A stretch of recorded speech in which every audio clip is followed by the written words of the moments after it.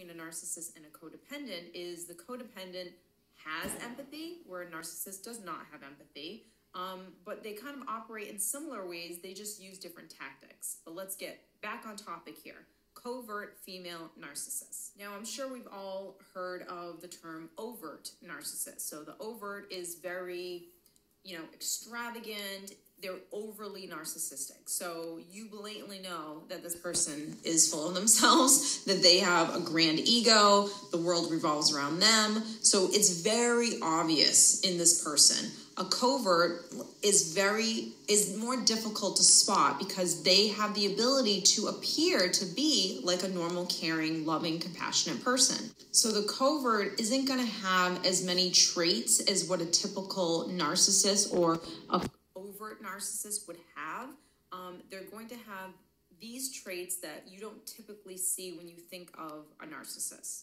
So they're going to be a little bit more reserved. They're going to be a little bit more shy. They're going to be a little bit more sensitive to what people think of them. So like I said, they're going to appear to be a good-hearted, compassionate, loving person. So the female, you think she's the great girl, right? You think she's loving and thoughtful and caring. But there are three main points to the covert female narcissist that most people forget about. They love to play the victim. They can never handle criticism, and they are extremely needy. Now, those are like the main points, but there are other aspects to a covert female narcissist that we're going to get into.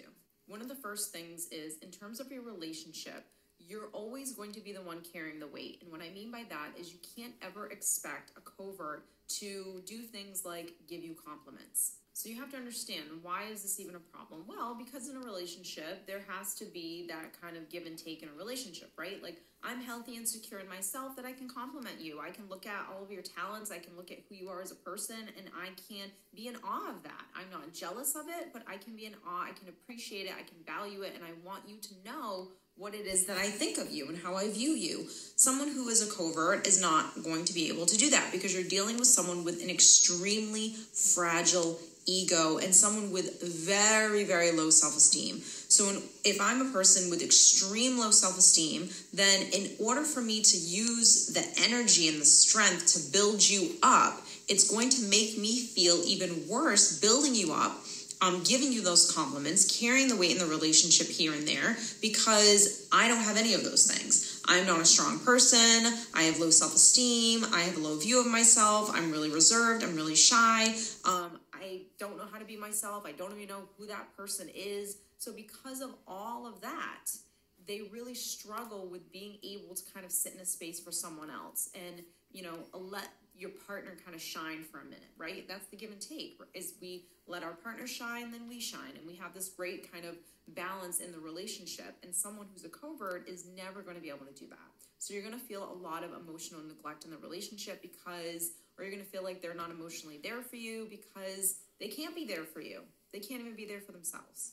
Now, like I said, you're going to see this person. You're going to see kind of their ability to be a normal person, right? You're going to see their ability to be loving and caring and things like that. But again, everything's an agenda. So there's a reason for why they're doing what they're doing. Because if you think about it, when someone just does something, free will, by themselves, you see who someone's character is. So when you see this kind of like performance that's being done, it kind of like triggers you to think, okay, this person always is loving and compassionate and there for me when they need something, number one, and them doing this and giving this performance, again, is narcissistic supply. So I'm going to give a little bit so you see that I'm a normal person, so you can kind of, I don't want to say fall into the trap, but just think that I'm normal and loving and caring, when in reality, none of what I'm doing is actually even genuine because there's a motive behind everything that I do.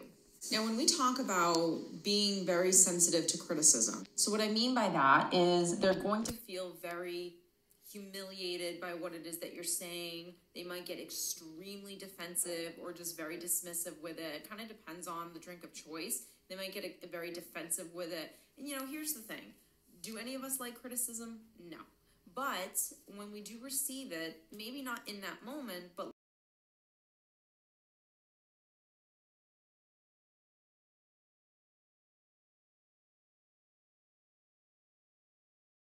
like self-exam at that point, a self-check-in, where someone who's narcissistic is not going to be able to do that. But something that screams covert is the victimhood.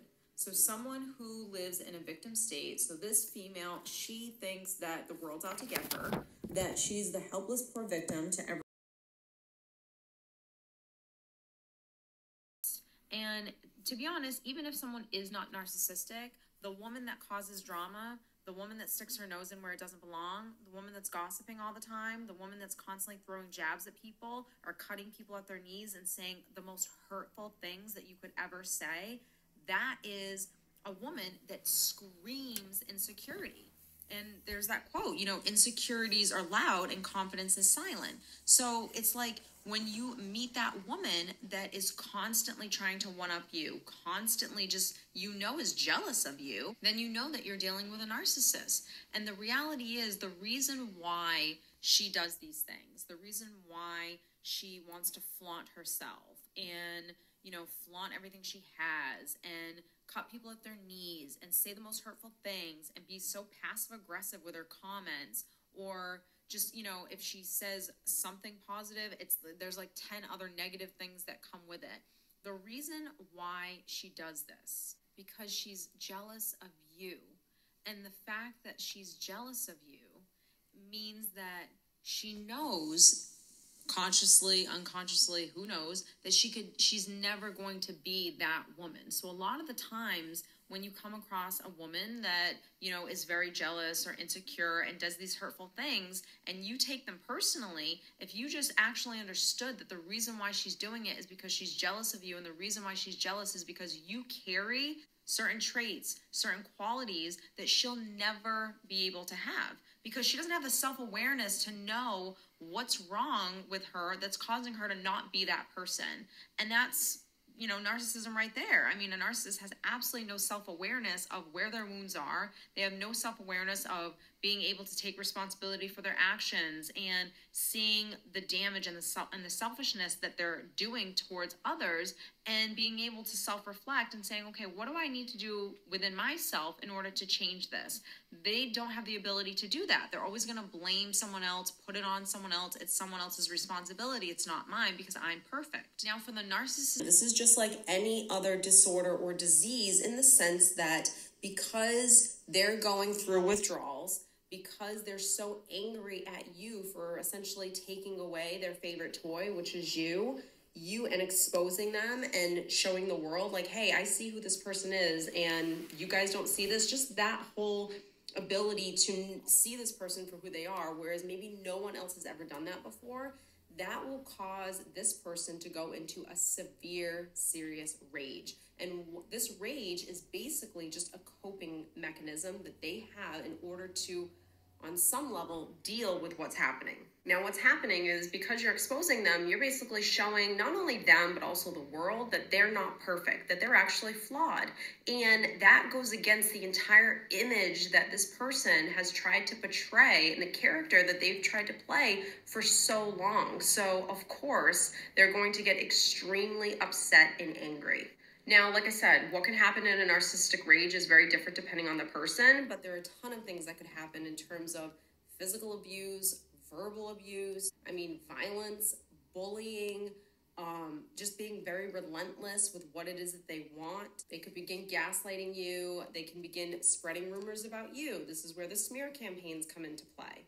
Or, of course, they could also use the I'm the victim approach, which is, it wasn't I'm the victim, I was in this terrible relationship with this person that just didn't understand me, and these are the reasons why the relationship's ending, or this is what this person actually does, and I'm the poor helpless victim that is never understood by anyone. So it can go either way in terms of this narcissistic rage that they're about to start doing. So now, once the rage has kind of like subsided a little bit, they're going to go back into a little bit of their normal tactics, right? So they're going to go right back into manipulation. This is kind of like that abusive cycle that I talk about like so often. Control, manipulation, and supply are like the three things that every narcissist is going to need and going to use in their games with people, their quote relationships with people.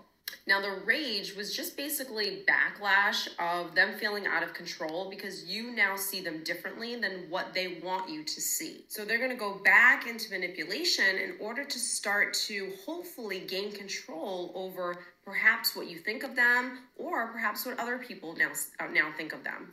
So now in this phase of manipulation, there's a lot of things that can happen. One of the things that often happens is a little bit of cruelty because they still know that on some level, you know who they are, right? So they might try to manipulate you and be the nice person again and try to like win you over, but they're going to do certain things, just cruel things to basically get under your skin to expose who you are.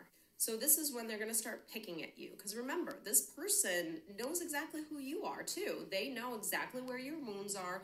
They know where to cut you at your knees. They know what to do to you to get under your skin. And they're going to try every trick in the book. So they're going to provoke you. They're going to say things to you. They're going to want to kind of shove a new supply in their face or show you that you're not important to them either. So they're going to play this childish game now because they want to, like I said, they want to provoke you because they want to get under your skin so you can react. Because by you reacting and you becoming irrational or you getting entangled in the drama or you going into a rage yourself over something that they're doing and they're saying, it basically makes them feel better because and this sounds so sick and twisted, but they actually get a high off of you suffering because on some level it proves to them that they matter, that they exist, that they're there, and they can get under your skin. And I don't even know if it makes them feel better. It just makes them feel important. Like, hey, I matter to this person because I can get under their skin and they can react to me. It's a high. It's just the same thing as, being a great source of narcissistic supply and giving this person admiration and love. And yep, I'm going to sweep that under the rug and whatever you want in the relationship.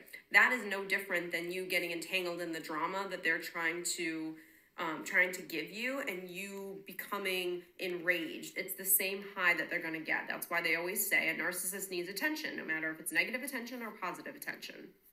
The narcissist is loyal only to themselves. And secondly, the narcissist will devalue all their partners, whether they leave them or not.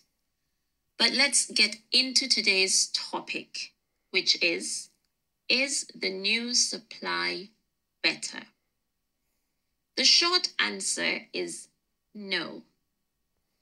In the narcissist's mind, all of their partners are supply. They provide them with the narcissist you were meant to be. So let's go through these things very carefully. Now, the first realization that many people can have, Gus had to come right down here with me. Sorry about that. The first realization that these individuals can have is, I don't have to wear a mask. We're living in the day of the corona, the COVID-19 virus, and we're all having to wear these face coverings. Well, sometimes in our relationships, we feel like we have to wear a covering, if you will. How many times have you thought, I can't afford to show my real self or my real feelings or I can't express my real opinions or preferences or interpretations? Well, once you're away from the narcissist, it's like, yes, you can. Take the mask off. Just be what you are. It's okay. And when people have that realization, it's like, oh, what a relief. I can breathe now. Or a second light bulb realization that I hope that you can have, and that is the narcissist is no longer my fixer. You see, one of the things that you probably have experienced when you are with that narcissist is they're constantly trying to fix you. As they engage with you, as they talk with you about who you are and how you manage things, they're constantly shaking their head thinking, well, there you did it again. You can't do anything right. And so they step in and give you advice that you don't want. How many times were you on the receiving end of you need to statements or no, that's not the way it should have been or how did you come up with that conclusion? And they've got to fix you. Guess what? Maybe I don't need that person who's going to fix me. I'll figure things out on my own. Thank you very much. You fixers, you're part of my past. I'm not going there anymore. Or a third light bulb realization is you realize it's okay for you to say, I'm a mixture of pluses and minuses, and that's normal. See, another thing that narcissists will try to do is they want to maximize pluses and minimize minuses, and they don't want you to have that sense of negativity. I mean, for example, if you're feeling hurt, or if you have a separate preference, or you're kind of confused about things and you're not really pulling out of it as quickly as they want, they want to eliminate all of that. To them, life is very black and white, all or nothing. And they don't really learn how to apply reason or insight, and they certainly don't know how to apply wisdom. Wisdom implies that there's more than just black and white ideas of right and wrong. There's much more that we need to look into, and we need to lean into one another's backstory. They can't say we're all a mixed bag. But now that you're away from them, I'm hoping you can say, yes, I'm a mixed bag, and that's we have a word for it. It's called humanity. Or another light bulb realization that I hope that you can have. Number 4, and that is, I have beauty embedded inside me. I hope that's something you can hold on to. Narcissists want you to think that you're ugly. And when I say ugly, I mean from the inside out. It's like, oh, you disgust me, or there's a stench about you. That's kind of the impression that they can give you. On the inside of you, you have talents. You have unique qualities. You have a loveliness. And I'm hoping that you can see that on the inside of you is an inner beauty. There's something about you that others can benefit from. When was the last time that you've been encouraged to think that way? The narcissist is like, no, change the way you are, and then I'll benefit. But no, be what you are, live into your uniqueness, live into your best qualities. That's your beauty. Claim it, own it, and then share it. Can you do that? I hope so. I hope so down to the core of my being you can do that. Or number 5, in terms of light bulb realizations, you can say to yourself, I'm a trustworthy person. And you see, when the narcissist was wielding influence in your life, they were trying to get you to think the exact opposite of that. You're not trustworthy, which is why they felt the need to tell you what to do and shun you, and they got so angry, and they couldn't really reveal themselves to you. They concluded, I don't see you as someone that I can trust. And actually, their inability to trust you is a reflection of their own internal turmoil and insecurity, and much of their own unfinished business from their past in terms of not knowing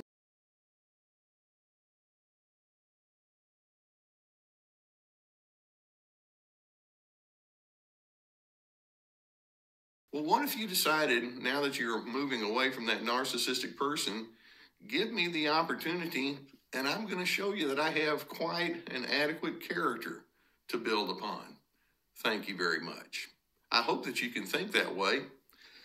Or realization number 6, I'm hoping you can go to the place that says, I have no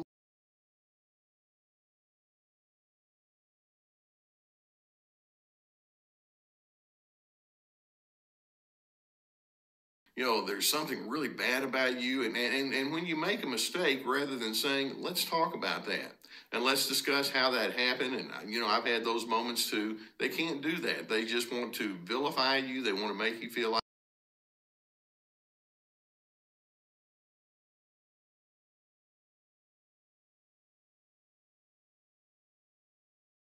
is the emotion that says, there's something wrong that's happened here, and I need to go to my place of restoration.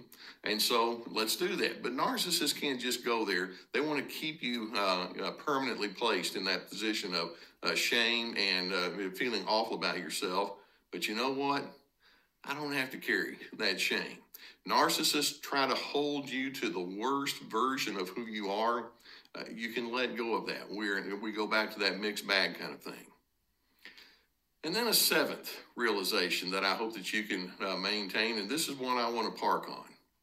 And that is, as you get away from that highly controlling, domineering narcissist, I'm hoping you can draw that conclusion that says, I am free.